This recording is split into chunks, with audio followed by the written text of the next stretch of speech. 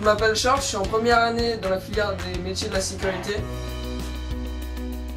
En troisième, déjà, je savais déjà ce que je voulais faire, j'ai toujours su. Malgré les critiques que tout le monde pouvait nous donner, c'est toujours important de faire ce qu'on veut, ce qu'on aime et pas écouter les autres. J'ai fait cette filière parce que ça m'intéressait, j'ai toujours voulu faire ce genre de métier. C'est toujours intéressant de faire une filière qui nous intéresse. C'est pas parce que c'est un bac pro que c'est moins bien qu'un bac général. Les bacs professionnels, c'est mieux parce qu'on nous apprend le métier directement.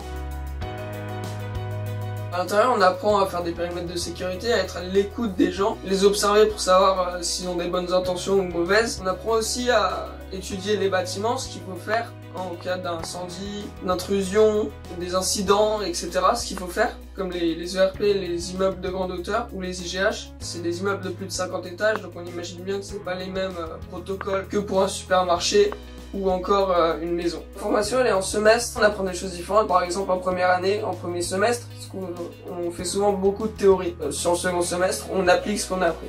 On a deux professeurs, un professeur de sécurité incendie qui a fait pompier de Paris et un professeur de sécurité intrusion. C'est des gens qui ont de l'expérience dans le métier. Là cette année on est 24 dans une classe. Cette filière existe déjà depuis pas très longtemps, ça fait que 7 ans qu'elle existe et dans mon lycée c'est la première année qu'elle est dedans.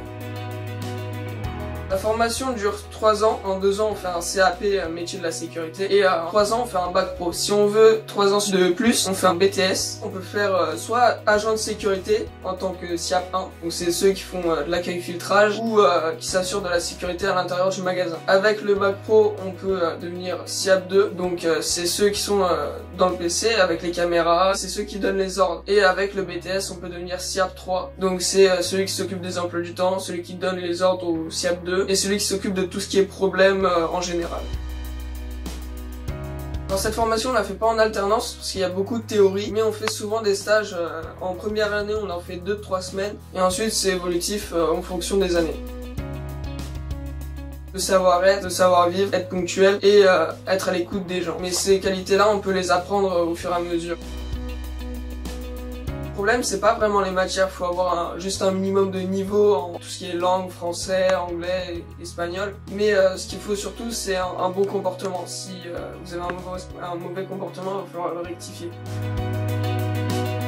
Les épreuves de la formation, c'est il y a de la pratique, de l'oral et une épreuve écrite comme toutes les formations. Un jury qui va nous juger, donc un pompier de Paris et un professeur et le directeur de l'école. Et il va nous donner un sujet à faire et on va devoir l'exécuter correctement.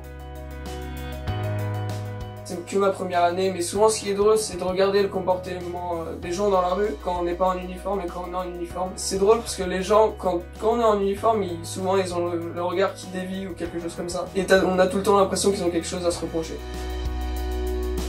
Je me suis inscrit sur Parcoursup, c'était sur dossier et normalement on a aussi un entretien avec les professeurs, les proviseurs. Alors moi j'ai pas eu d'entretien à cause du Covid, mais souvent ils nous posent des questions sur pourquoi on a voulu faire ça, comment et quelles sont nos motivations.